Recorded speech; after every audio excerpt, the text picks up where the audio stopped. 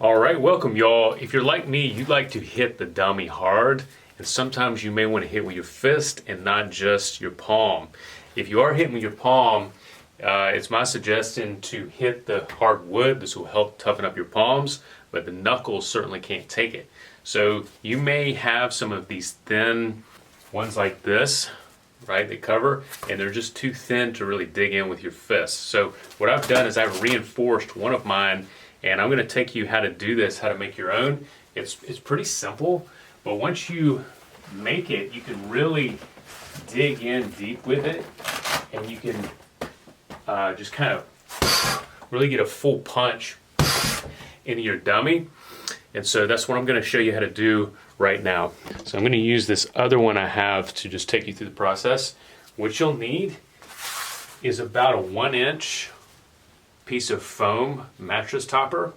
You don't want to go too thick, because if you go too thick, you're not going to be able to close it. And so what you want to do here is measure out about 3/4 of it. So you want to leave about, I'd say 12% or so on each side, so it equals about 75%, and that'll give you some extra space to close it. So what we're going to do is just measure out and leave some percentages on each side. So you will, if you have a tape measure, this will help.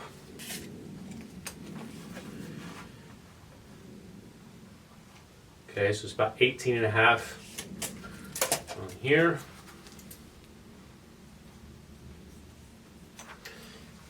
And then the length of it, you want to add a little bit of space.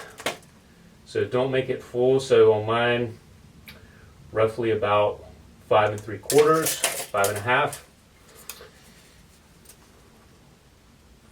This will give you some space to work with.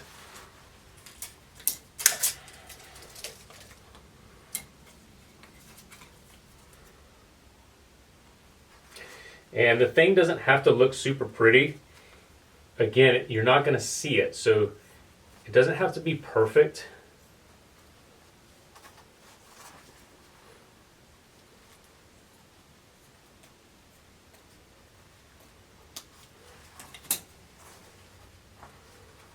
Okay, so you take your foam, you lay it down. You want to lay it down on the flat side so you can glue it, so it's going to be better to glue. I do suggest having gloves. All right, the next thing you want to do is add the glue. So I have here some Gorilla Clear Grip glue, but I'm also going to reinforce it with some super glue as well. You just want to kind of create a perimeter so you can lay it down flat. So once you know how wide it is,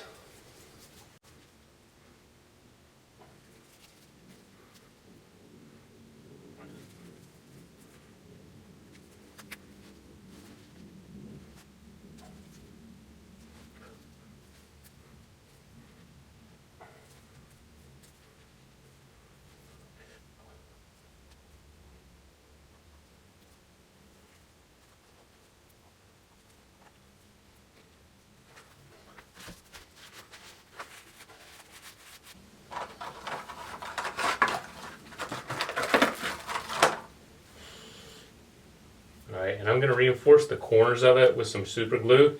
This may not be necessary, but I like having just a little extra reinforcement. So on each corner, one in the middle.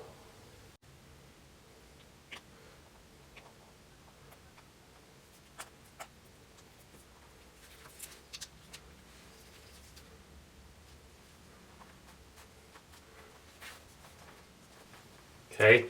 And you're going to let this dry for 24 hours before you go hitting it.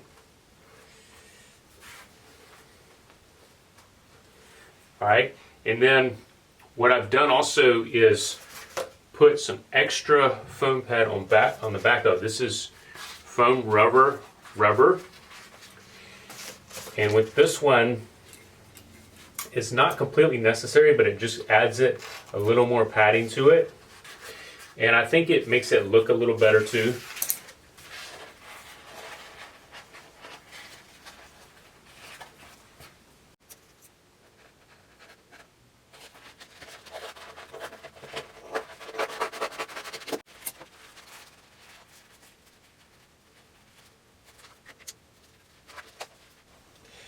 The great thing about this foam rubber is it will kind of adapt to the shape. If you have an egg shape here, it's going to adapt to it. Alright, and these actually strip off. It's good to reinforce it with glue too, but these do have glue on them. Just going to press that into the foam.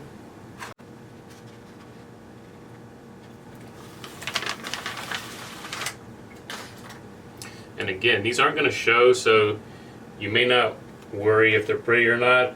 At least I don't. But, you know, by all means, make it how you want it. So the main thing, this foam rubber, it helps to kind of cushion the blow. It adds a little more density to the pad. And you can absolutely layer these up and have more of them.